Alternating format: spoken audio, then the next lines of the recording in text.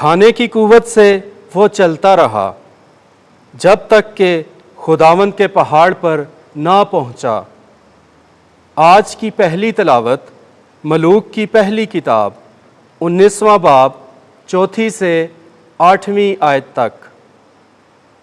اس وقت الیاس ایک دن کی راہ بیابان میں گیا اور جا کر رتما کے ایک درخت کے نیچے بیٹھا اور اپنے لیے موت مانگی اور کہا، یہ میرے لیے اب بس ہے، اے خداوند بس میری جان لے، کیونکہ میں اپنے باپ دادا سے بہتر نہیں ہوں۔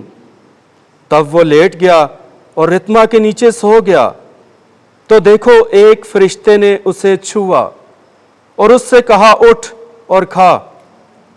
اس نے نظر کی تو دیکھو اس کے سر کے پاس ایک روٹی چولہے پر پکائی ہوئی اور پانی کی گھڑیا ہے۔ تو اس نے کھایا اور پیا اور پھر لیٹ گیا۔ تو خداوند کا فرشتہ دوبارہ اس کے پاس آیا اور اسے چھوا اور کہا، اٹھ اور کھا، کیونکہ تیرے آگے دور کی راہ ہے۔ تب وہ اٹھا اور کھایا اور پیا، اور اس کھانے کی قوت سے 40 دن اور 40 رات خدا کے پہاڑ حوریب تک چلتا رہا۔ پاک کلام کے پڑھے اور سنے جانے پر خدا کی برکت ہو۔ زبور 34 جماعتی جواب۔ چکھو اور دیکھو خداوند کیسا بھلا ہے۔ میں خداوند کو ہر وقت مبارک کہوں گا، اس کی حمد ہمیشہ میرے منہ میں رہے گی۔ میری جان خداوند پر فخر کرے گی، غریب یہ سن کر خوشی منائے۔ جماعتی جواب۔ چکھو اور دیکھو خداوند کیسا بھلا ہے۔ میرے ساتھ مل کر خداوند کی تعظیم کرو، ہم مل کر اس کے نام کی تمجید کریں۔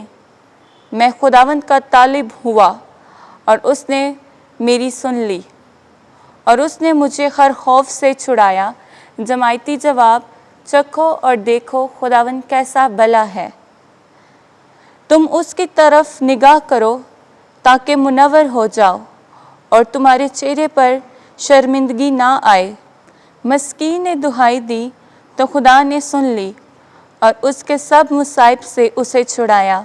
جماعتی جواب۔ چکھو اور دیکھو خداوند کیسا بھلا ہے۔ خداوند کا فرشتہ ان کی چاروں طرف خیمہ زند ہو کر ان کو چھڑاتا ہے جو اس سے ڈرتے ہیں۔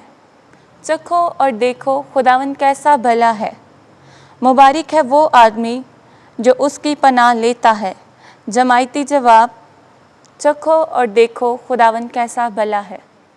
محبت سے چلو جیسے مسیح نے ہم سے محبت کی ہے۔ ہمارے لیے آج کی دوسری تلاوت مقدس پالوس رسول کا خط افسیوں کے نام، اس کے 4 باب کی 30ویں آیت سے 5ویں باب کی دوسری آیت مقدسہ تک۔ اے بھائیو، خدا کے روح القدس کو رنجیدہ نہ کرو جس سے تم پر مخلص کے دن کے لیے مہر ہوئی ہے۔ ساری تلخ مزاجی، غضب اور غصہ اور شور و غل اور بدگوئی تمام بدنیتی سمیت تم سے دور کی جائیں، اور تم ایک دوسرے پر مہربان اور نرم دل ہو اور ایک دوسرے کو بخش دیا کرو، چنانچہ خدا نے بھی مسیح میں تم کو بخش دیا ہے۔ پس تم پیارے فرزندوں کی طرح خدا کے مقلد ہو اور محبت سے چلو جیسے مسیح نے ہم سے محبت کی ہے، اور مارے عوض اپنے آپ کو شیریں خوشبو کی مانند خدا کی نظر کر کے قربان کر دیا۔ پاک کلام کے پڑھے اور سنے جان پر خداوند کی برکت ہو۔ خداوند آپ کے ساتھ ہو۔ انجیل مقدس یوحنا کے مطابق اے خداوند تیری تمجید ہو۔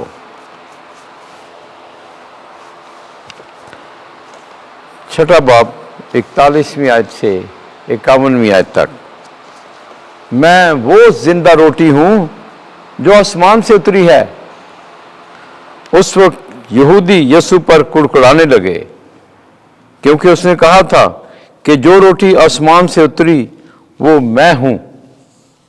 اور انہوں نے کہا کہ کیا یہ یوسف کا بیٹا یسوع نہیں، جس کے باپ اور ماں کو ہم جانتے ہیں؟ پھر یہ کیوں کر کہتا ہے کہ میں آسمان سے اترا ہوں؟ یسوع نے جواب میں ان سے کہا کہ آپس میں مت کڑکڑاؤ، کوئی میرے پاس آ نہیں سکتا